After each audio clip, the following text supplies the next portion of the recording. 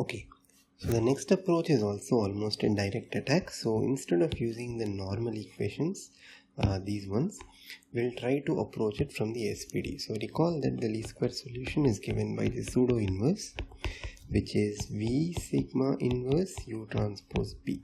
Okay, so but sigma here is an n cross n square matrix. So here I am doing the thin SPD. Okay, so here once again we can actually very easily think about the number of operations required to do this, and I'll leave it to you as an exercise to check that the number of operations is order mn square. Okay, meaning that okay, just be more precise about this. So first, here this algorithm, given the matrix A, recall that A and B are given as inputs to this algorithm, right?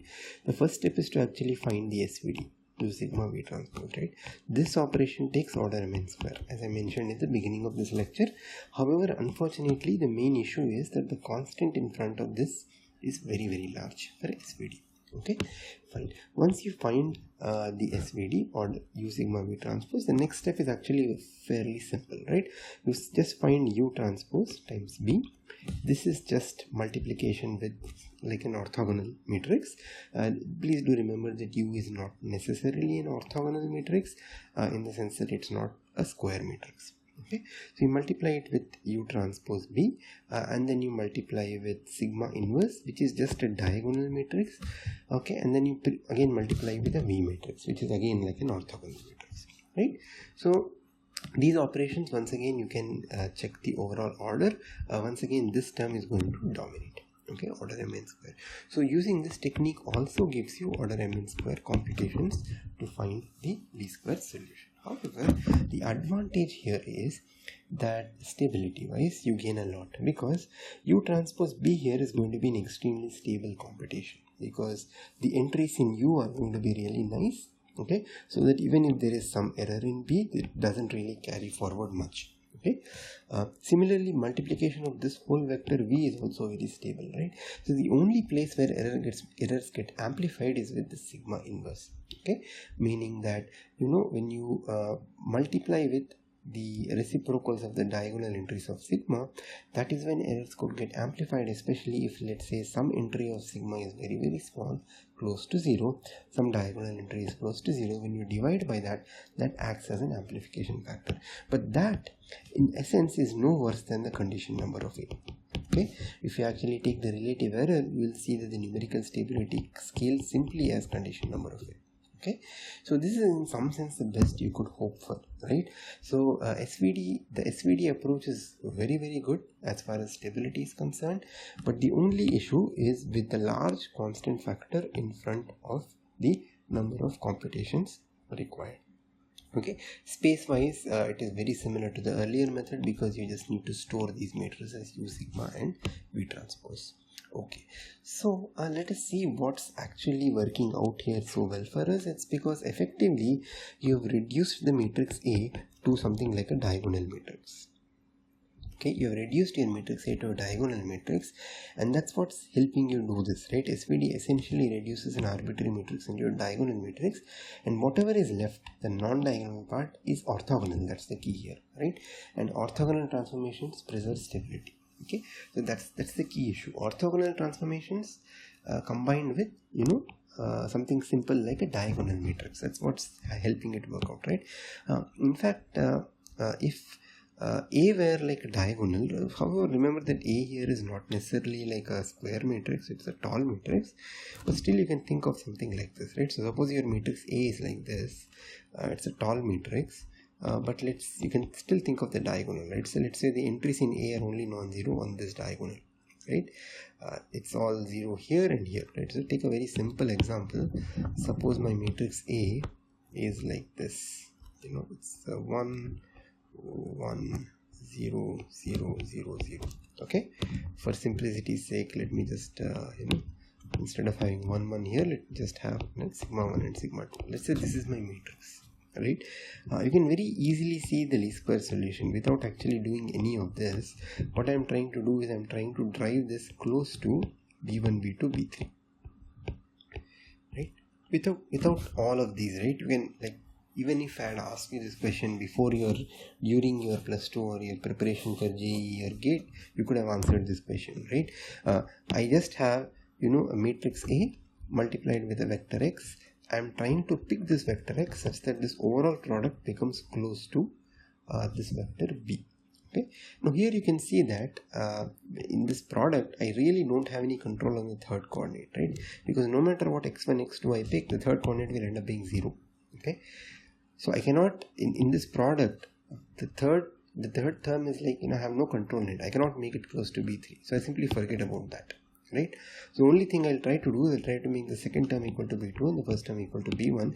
And to achieve that, I'll simply pick x2 to be B2 by sigma 2 and x1 to be B1 by sigma. As simple as that, right? I mean, so it's an extremely simple solution, right? And that's what SVD is actually leveraging here, right? Instead of doing the more complicated A transpose A inverse and all that, right? Okay. So the key observation in reducing this even further comes from realizing that, well, A doesn't really have to be diagonal for me to claim this.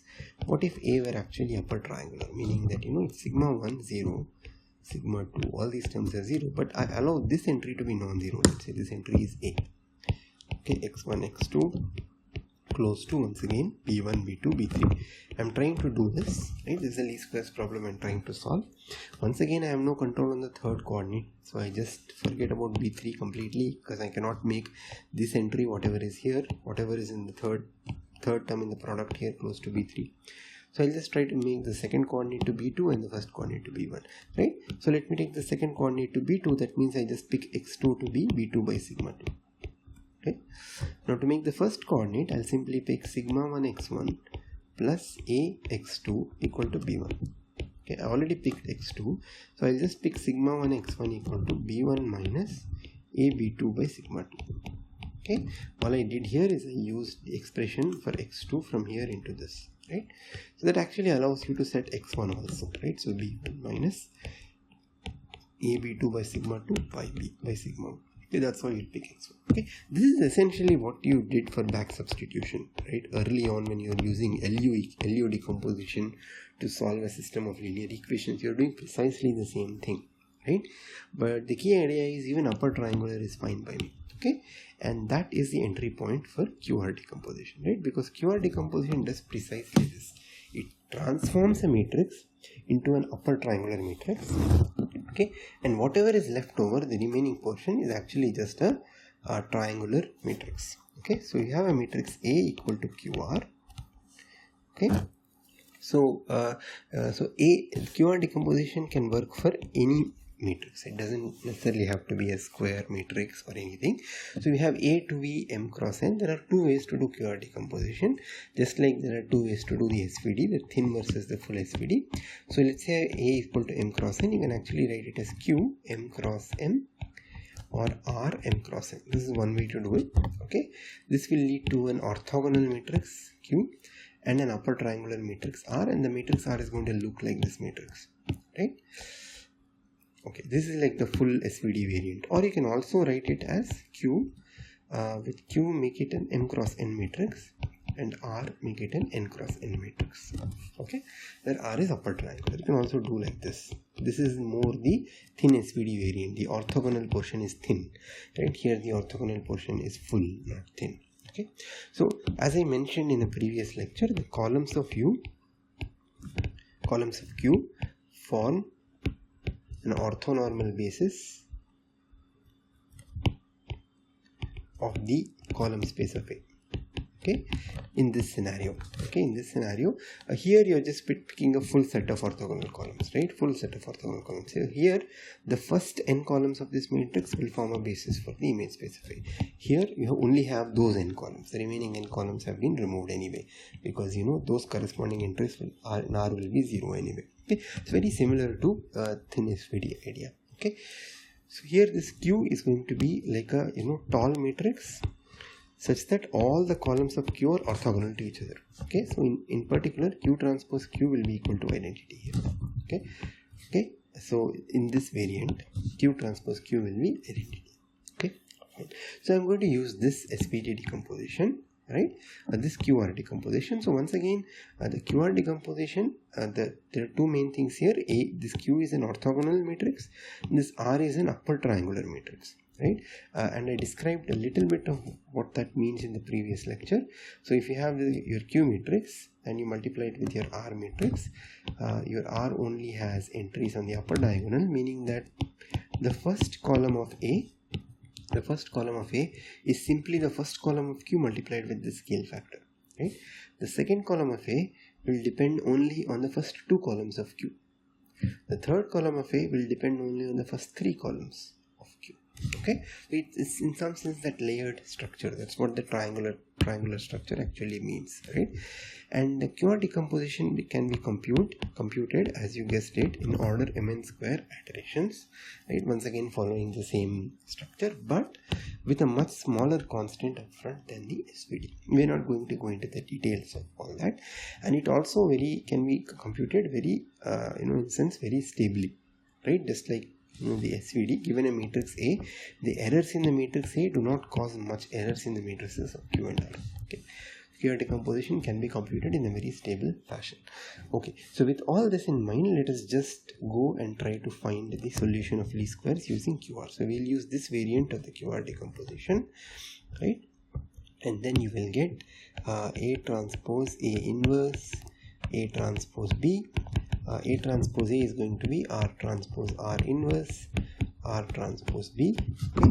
So remember, R here is an square upper triangular matrix. R has to be invertible, right? Because A we have assumed is full column rank. If R were not invertible, A will fail to be full column rank. You can readily check that, right? And this is just going to be equal to R inverse Q transpose B. Sorry, I think I messed up here. I think this is Q transpose B. Okay, just check if the computations are correct.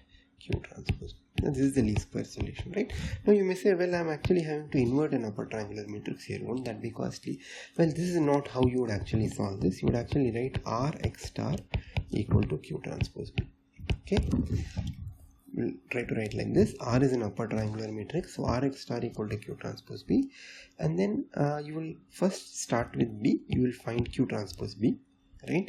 That process takes order mn computations, and it's very numerically stable. And then you will find X star by using back substitution, similar to how we did in the toy example earlier. Okay, use back substitution to find X star. You will not actually invert the matrix, you will actually use back substitution to find X star. Once again, the overall complexity is going to be order n square, will be dominated with the QR decomposition, and this retains the stability advantage that SVD has. Once again, because the only issue where errors can get amplified here is when you actually invert. So remember, in this toy example, when we are back substituting, you're dividing by sigma 2, right? You're dividing by the diagonal entries. Here, to find x1, you'll actually divide by sigma 1, right? So you'll divide by the diagonal entries of the upper triangular matrix. So that is where the stability issues will come in, but that will again be very similar to the condition number of people. Okay, it will not be amplified beyond that. So it's order mn square, very stable with a very low factor. So in fact, this is the recommended method for solving the least squares problem, and this is what you will find in your book as well. So please do read chapter 12 from vector matrices and least squares, where this is covered in probably a bit more detail. I don't remember. Okay, but please do read that. Please do read that chapter. Okay. So in the next portion, what I'm going to do is I'm going to discuss another algorithm which is extremely popular nowadays, and do some basic analysis on that.